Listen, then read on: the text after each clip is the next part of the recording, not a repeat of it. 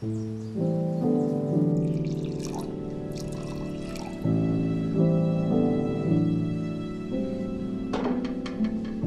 先生，您的红酒好了。是你告诉单总的吧？没有，不是我。我刚跟单总见过面，他亲口告诉我的，还能有错吗？对不起啊，施总。你说我吃单总用单总的，他就是我的衣食父母，出了这种事情不告诉他，就是我不忠了。你说的没错，单总今天还夸你了，说你忠心耿耿。但是单总知道这件事儿也没什么用处。怎么可能呢？盛美家一直和我们过不去，单总，他如果知道沈总得了这样的病的话，盛美家不可能还风平浪静啊。如果单总把这件事捅出去的话，那别人就会认为他太小气，跟一个晚辈过不去。沈一曼都不把单总当长辈，哎呀，单总真是太想不明白了。单总怎么可能不明白呢？只是他出面的话，会显得很不大气。如果这个时候能有一个懂他心意的人出面来为他做事儿，那他肯定会对这个人刮目相看的。哎，你说像林轩这么聪明，会不会把这件事通给媒体啊？到时候全天下人都知道了沈一曼有病，盛美家一下子落入巨大的危机，这事儿对谁有好处？当然是碧翠。对，我可不能让林轩抢了先啊！谢谢施先生的提醒，那我先去工作了。好，你去。对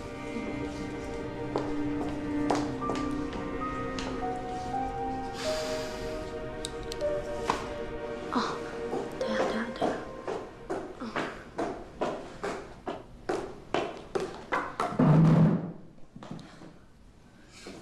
林轩，你怎么啦？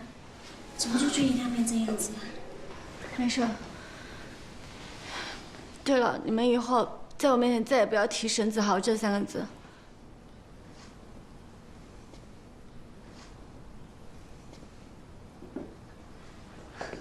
哟，林轩，你怎么这么大的火气呀？是不是沈子豪又惹你生气了？我跟你讲啊，沈子豪以前也不是什么好人呀，他总说一些特别讨人厌的话。不过没关系，你以为现在的他还是从前的那个他吗？等他回来呀，我一定会替你教训他的。你这什么理论啊？你意思说他大少爷的时候就可以目中无人是吗？哎，林轩，我是在帮你好不好？干嘛冲我嚷嚷呀？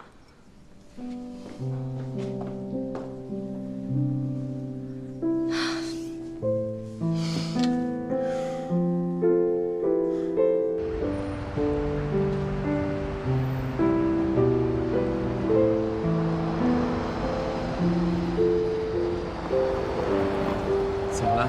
看你不太开心的样子。没有啊。像这样手拉手下班了一起逛街，一直是我最想要的。可是梦想实现了，才发现也不过如此。哎，是不是？等一下。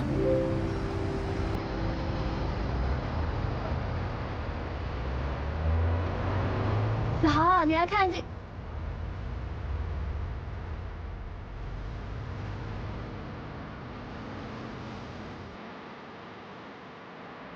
林轩，你是喜欢赵熙的，你也只应该喜欢赵熙。我们结婚吧。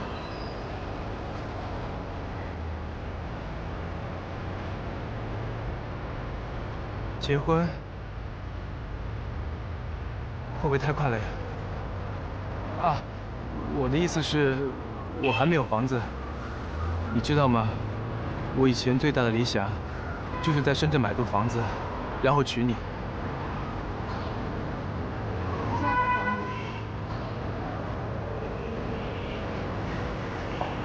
林轩，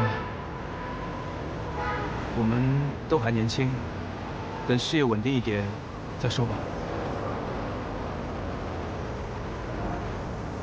那。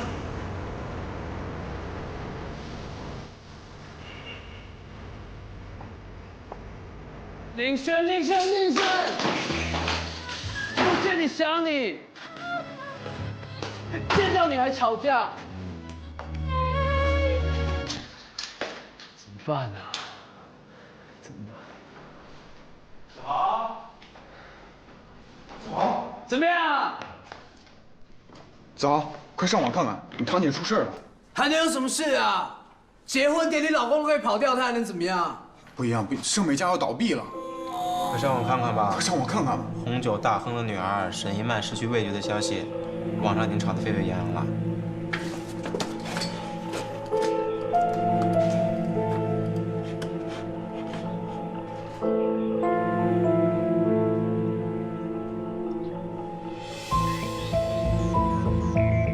我们会做出合理的解释的。喂，对不起，我们现在也联系不上沈总，等稍后我让他给我们打电话，可以吗？陈先生、张先生、陈先生、张先生，你们先听我解释。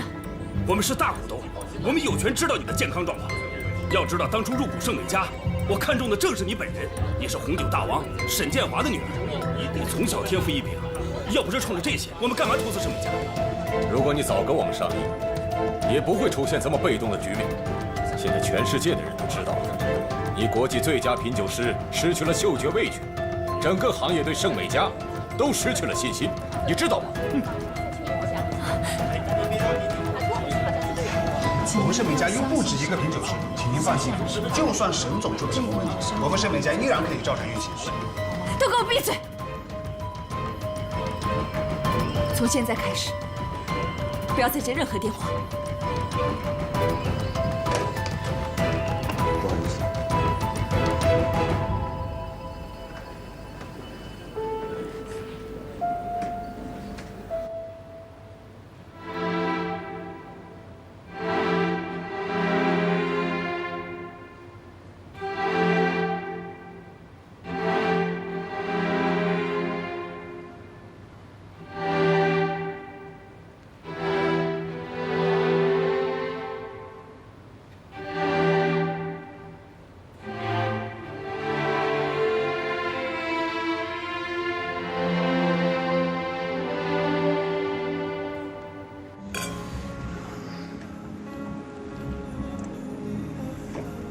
今天公司忙得人仰马翻的，什么客户、股东都在追问此事。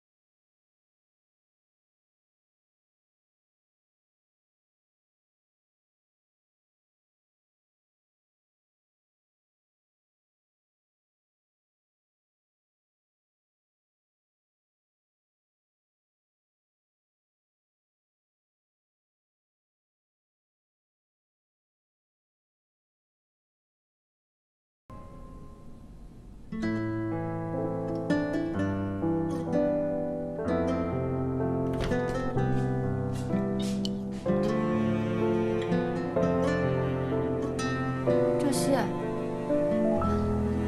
干嘛老皱着眉头呀？是不是遇到什么棘手的案子啊？我有点头痛，先回屋休息了。哎，你头痛要不要去医院啊？不用了。那我去给你买点药。真的不用了。林轩，从明天开始要努力改变现在的局面。你爱赵熙，你可以为他付出一切的。目前盛美家不接受任何采访，很多记者被拦在门外。沈一曼小姐的病情直接关系着盛美家的兴衰，谣言一旦被证实，盛美家将面临毁灭性的重创。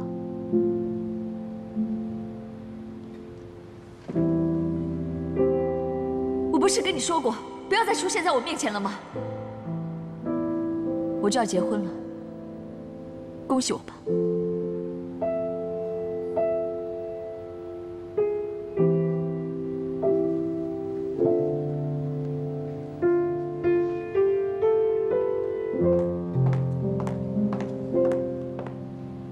赵熙，找到你了。林轩，你怎么来了？敬你下吧，不可以啊？可以可以，你等我一下，我收拾下东西啊。对了，赵大律师，这个周末的行程我帮你安排一下，好吧？啊，你要带我去哪？案件太特殊了，需要保密一下。好吧，我听你的。走。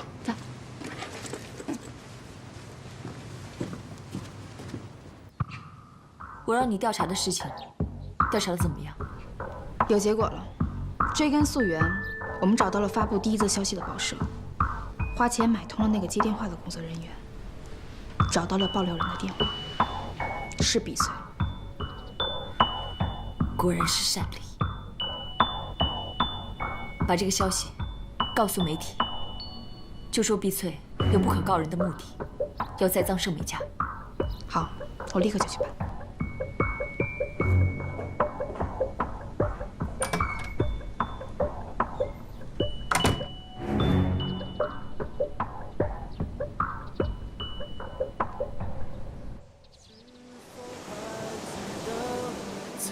静望着漆黑的夜空，躺在沙滩上，不知不觉开始幻想成长了以后，才发现一切都不原来是那样。你的神秘安排就是带我来看海。对啊，你看这里今天空气多好，天气也好，早就想跟你一起出来散散心了。看你最近老是愁眉苦脸的。汹涌的海面，看到年少时许下的那个愿，也许终将有一天。你是在烦恼英曼的事吗？林轩，你生气了？啊，没有，怎么会生气呢？其实我也挺难过他的事的，何况还是因为我们俩伤害了他。可是我现在也帮不上什么忙，就算能帮上的话，他也不会接受。其实如果他的病好了就好，这样盛美家也就没有什么问题了。其实之前也出现过这样的情况，治着治着，好了也不一定。好啦，不要想这样不开心的事了。好不容易到这来了，你知道吗？我以前老是梦想能跟你一起去看海。你的梦想那么简单，真的很容易实现。谁说的？越简单的梦想越难实现，好吗？这个梦想我也想了很久了。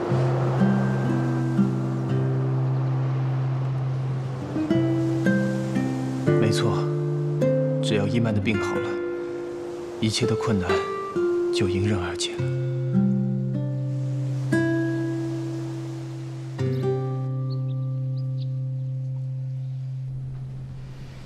你也怀疑是我做的？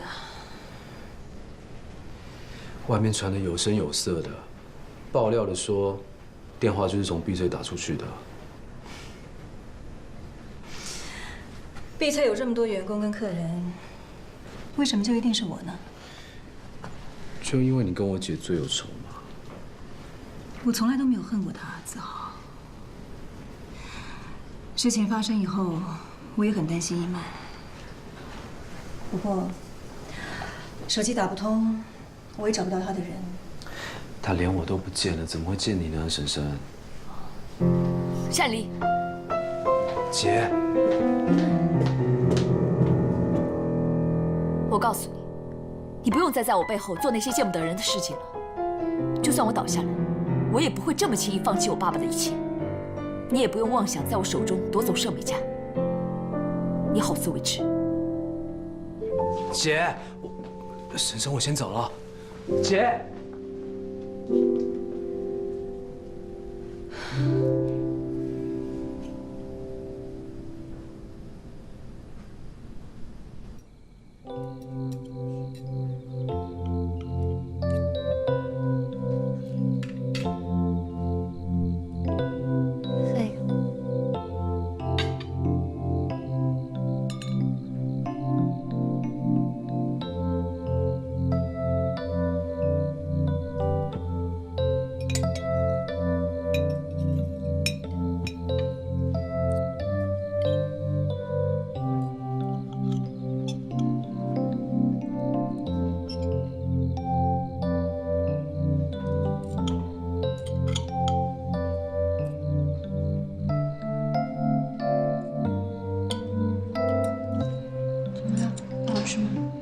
没事，挺好吃。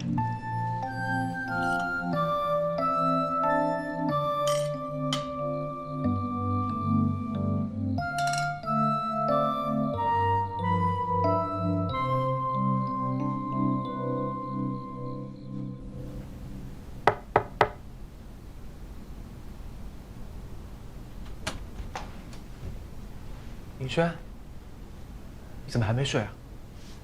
陪我喝杯酒吧。 这么晚还喝酒？进来吧。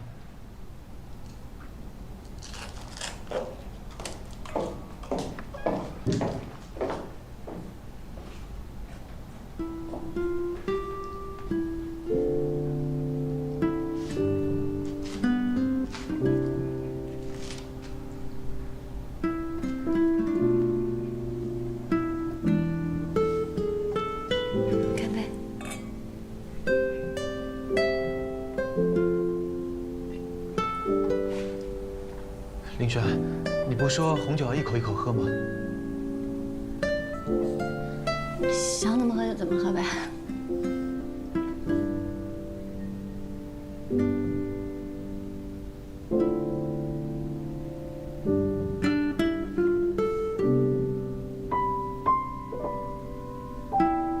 林轩，你干嘛？我觉得我们可以更进一步。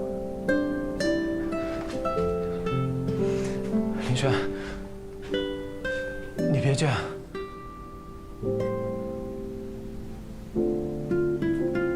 为什么？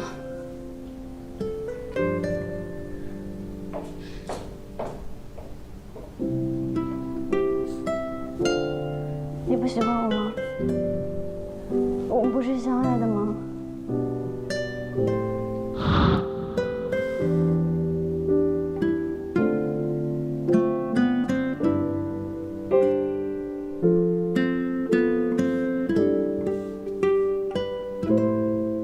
赵熙，我爱的人是你，只能是你，怎么可以是别人呢？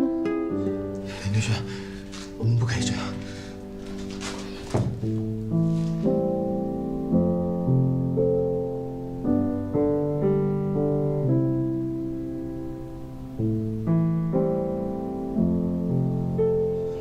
林轩，你想做什么？ 你想证明什么？我都知道。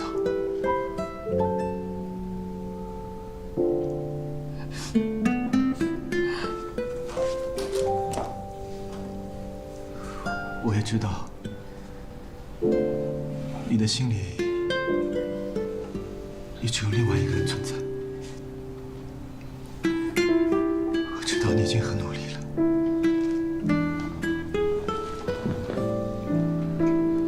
但是终究，我们已经不是以前的我。对不起，我不知道为什么会变成这样。我怎么可以不爱你？我怎么可以不爱你了呢？林轩，该说对不起的人是我。说到底，你一切的不开心都是我造成的。别难过。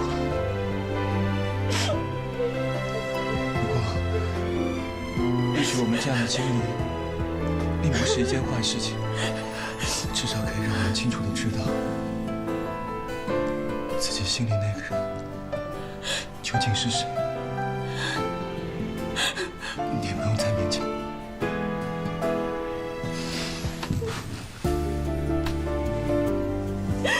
对不起，对不起。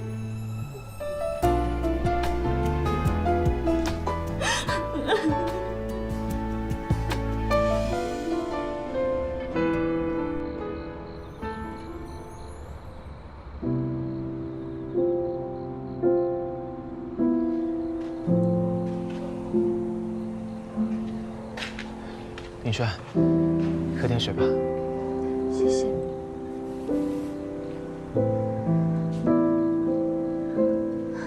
我是不是好傻？没有啊，现在你才是真实的你。有时候觉得好迷茫。你说这感情到底是什么？我因为你好不容易来到深圳，经历了那么多事，我们好不容易在一起，结果现在我心里有别人。感情的事情，谁又能说得清楚呢？迷茫的人也不止你一个。如果人真的能够明白自己在每一段感情当中所应该做出的选择，又哪来那么多的离离合合？其实，能面对自己内心那个人就好，放心的去追求自己的幸福吧。谢谢。我们都要勇敢追求自己的幸福，你也是。你一定要面对自己的内心。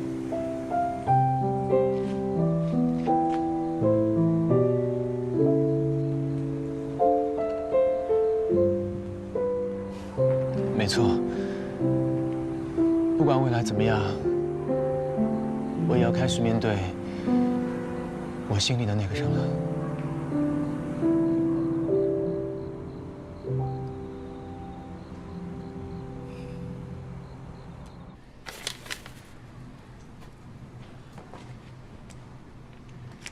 恭喜你啊，周院长，这个案子到现在终于结案了。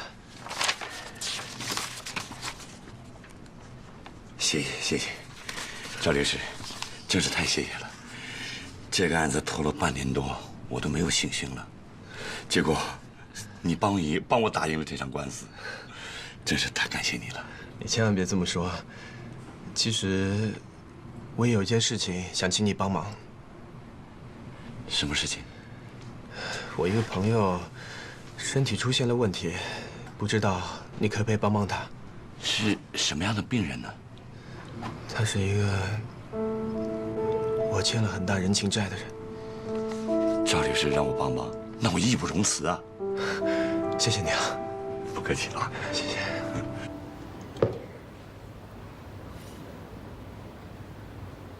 从今天起，盛美家再也没有品酒师沈一曼，你就是我们的金牌品酒师。我在外面请了些媒体和重要的股东，从今以后，你一定要超越我，让大家看到我们盛美家没有变，我们还是拥有专业、顶级的品酒师。谢谢沈总栽培，我一定不会辜负沈总对我的信任。沈总，关于你体检报告的传真是从你入住的私人医院传来的。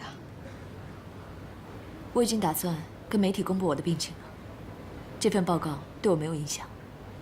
这份报告是从钟院长办公室传来的，你的体检报告是胃病。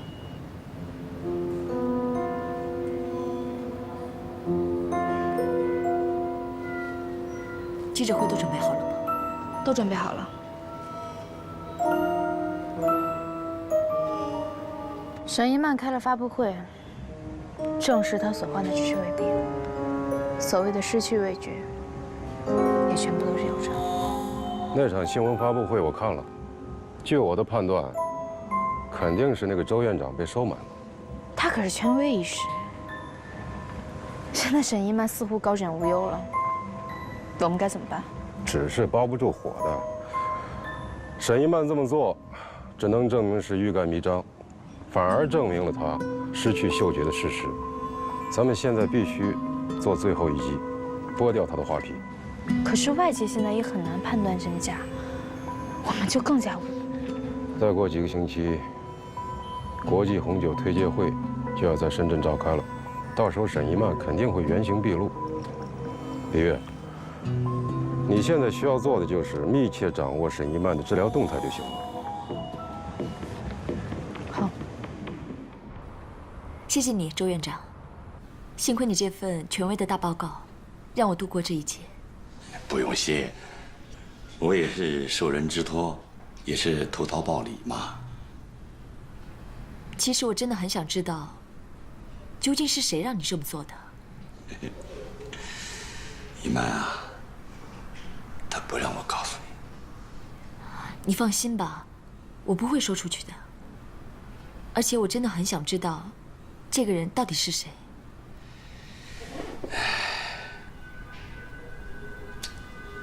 是一个叫赵熙的律师，他帮我打赢了一场医疗纠纷官司，他什么汇报也不要，就是让我帮你出具这份报告。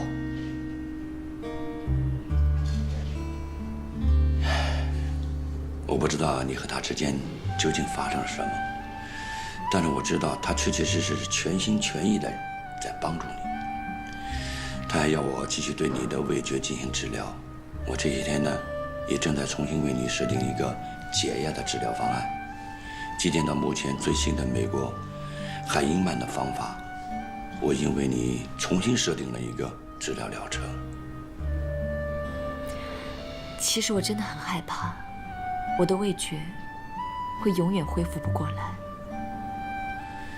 一曼啊，心病还得心药医呀。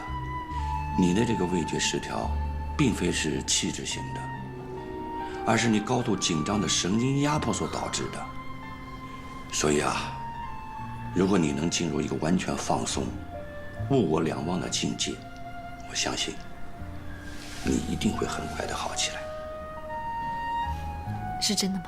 这就取决于你和我的配合。我当然相信你，周院长。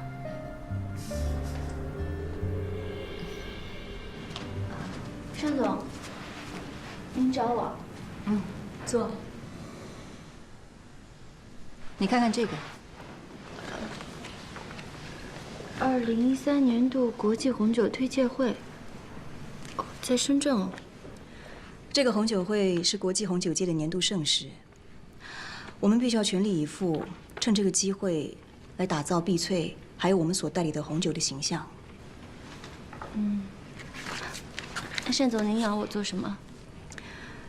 这不仅仅是一次红酒会，它更是品酒师的实力大比拼。不管沈一曼到底有没有恢复，你都必须要做好打败所有人的准备。还有，我打算为这次的红酒会来拍一个广告，来推广我们的碧翠，还有我们代理的新酒。这个案子，我打算交给你去做。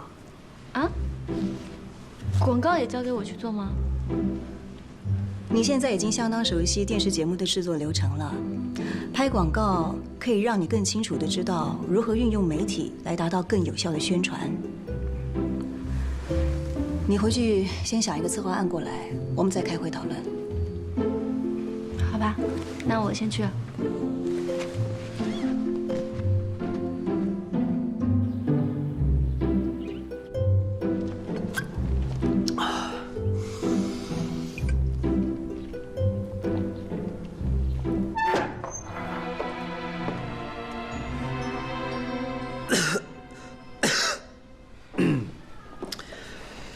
怎么啊？出不了专辑就这么消沉啊？哎呦，你别管了。我还是不是你老板？你还要不要给我挣钱啊？我知道你现在受了一点挫折，音乐的梦想呢，暂时也搁浅了。但是我跟你说，只要我一天是你的老板，我就会一直站在你的身后支持你，跟你一起去面对。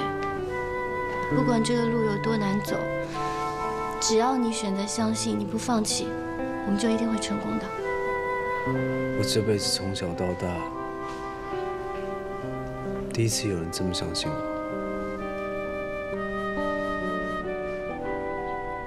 那我可以相信你吗？你可以相信我，而且你要一直相信我，好不好？这样才对嘛。可是无眼跟松毛他们都没信心了，我要怎么开始嘛？其实这个我也想过，我觉得啊，你们应该打开你们的音乐之路。打开什么？就是打开一下自己的思维，改变一些音乐风格啊，去贴近市场，贴近大家。为什么？第一，我从来没有想过要改变什么样的风格；第二，我也不了解其他的风格。你知道有个人叫何勇吗？知道啊，魔岩三杰嘛，中国摇滚乐的前辈，谁不知道？那你也知道何勇是做摇滚的了。我听过他的专辑，我觉得他的音乐也不仅仅只限于摇滚啊，既然他都可以改变，你为什么不向他学习一下？那关何勇什么事啊？我听过何勇的专辑，我觉得何勇就像是一个不知道是什么门派的剑客，他的招式件件都很奇特，既有很明显的摇滚风格，又有很纯粹的民谣风格，还有改编的民族曲式，哦，还有那种三拍子式的圆舞曲式。他的音乐就好像是一款来自美国纳帕溪谷的红酒。这红酒不仅仅有旧世纪酒的奔放和甜美，也有新世纪酒的狂野和不羁。正是因为这样多变的曲风，所以啊，他的音乐才会被各种口味的客人所欣赏。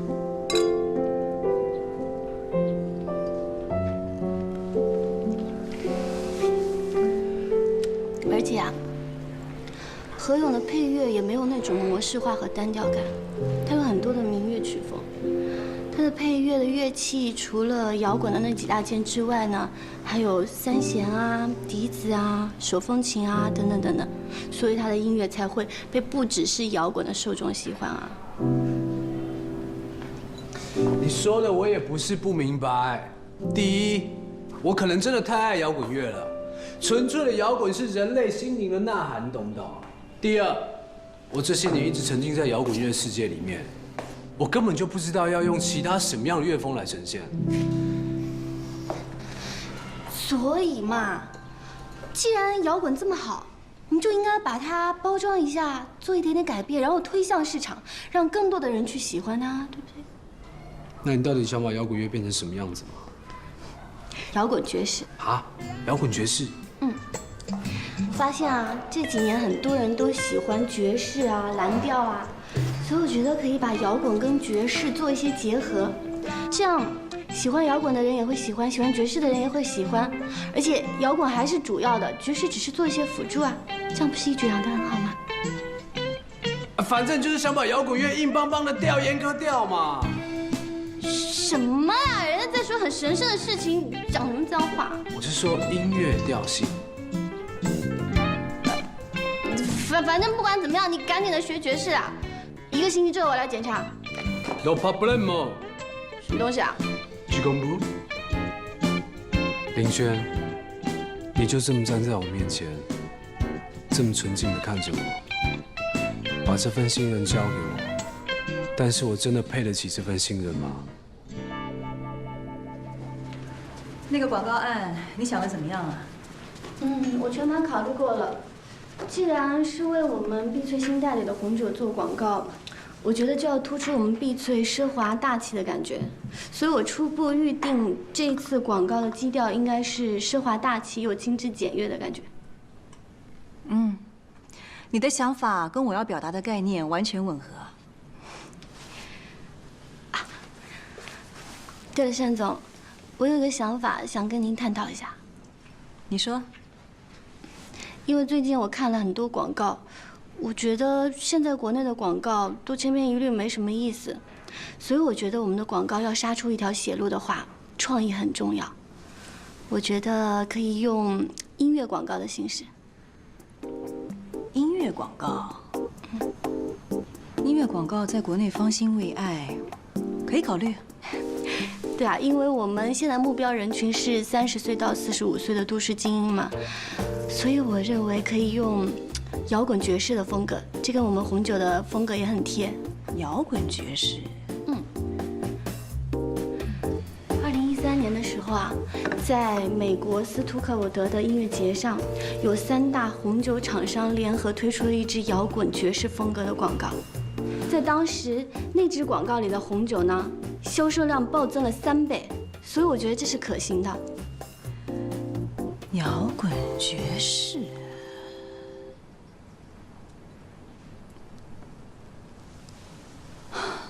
林轩，你是不是在为子豪找工作啊？既然单总您都这么问了，我就实话跟您说吧。确实，我很想让子豪来担任这一次广告的音乐部分，不过这也是因为他的音乐风格本来就跟我们广告很贴。子豪也说过，如果让他来做的话，他一定会尽全力来完成这支音乐广告。所以我觉得，于公于私来说，对于单总您都是最好的选择了。林轩啊，你什么时候变得这么会说话了？都是您调教的好。好，我会考虑一下你的建议。不过前提就是，子豪他做的音乐一定要能够感动我们所有人。真的吗？您放心吧，他一定不会让您失望的。那我先去忙了，谢谢。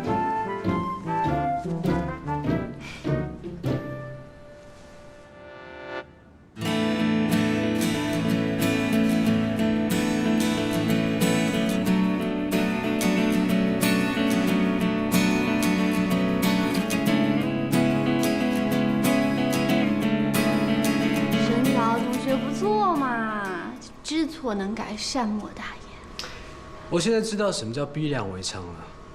什么东西？反正就是啊，好好的摇滚乐你要加入爵士，你叫我这摇滚才子情何以堪啊？不堪也得堪，这不改的挺好的吗？也许吧，谁知道？不是也许，是一定。我跟你说啊，我们工作室已经开张了，我帮你接到订单了。真的假的？原则上呢，单总说这支红酒广告的音乐部分就由你来负责。干嘛？幸福来得太突然，傻啦？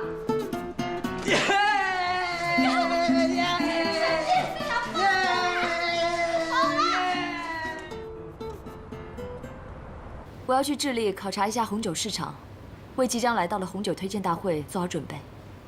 所以接下来公司就交给你们2个了。李玉，你负责行政的事务，那市场方面就交给王伟了。是。沈一曼说是要飞往智利，我特地查了一下机票情况。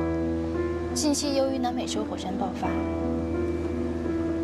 根本没有飞往智利的航班。这只不过是个借口。他现在肯定躲到哪儿偷偷治疗了。这就更加证明他的嗅觉并没有恢复。沈一曼已经完蛋了，你现在要是对付他，还不就是小菜一碟？还不能大意，尤其是那个王伟，只要他一天在沈一曼的身边，那对我们控制盛美家就是个潜在的障碍。沈一曼我都不放在眼里，区区一个王伟，算什么东西？我突然想到了一个1石2鸟的计划，不过这得需要牺牲一下你。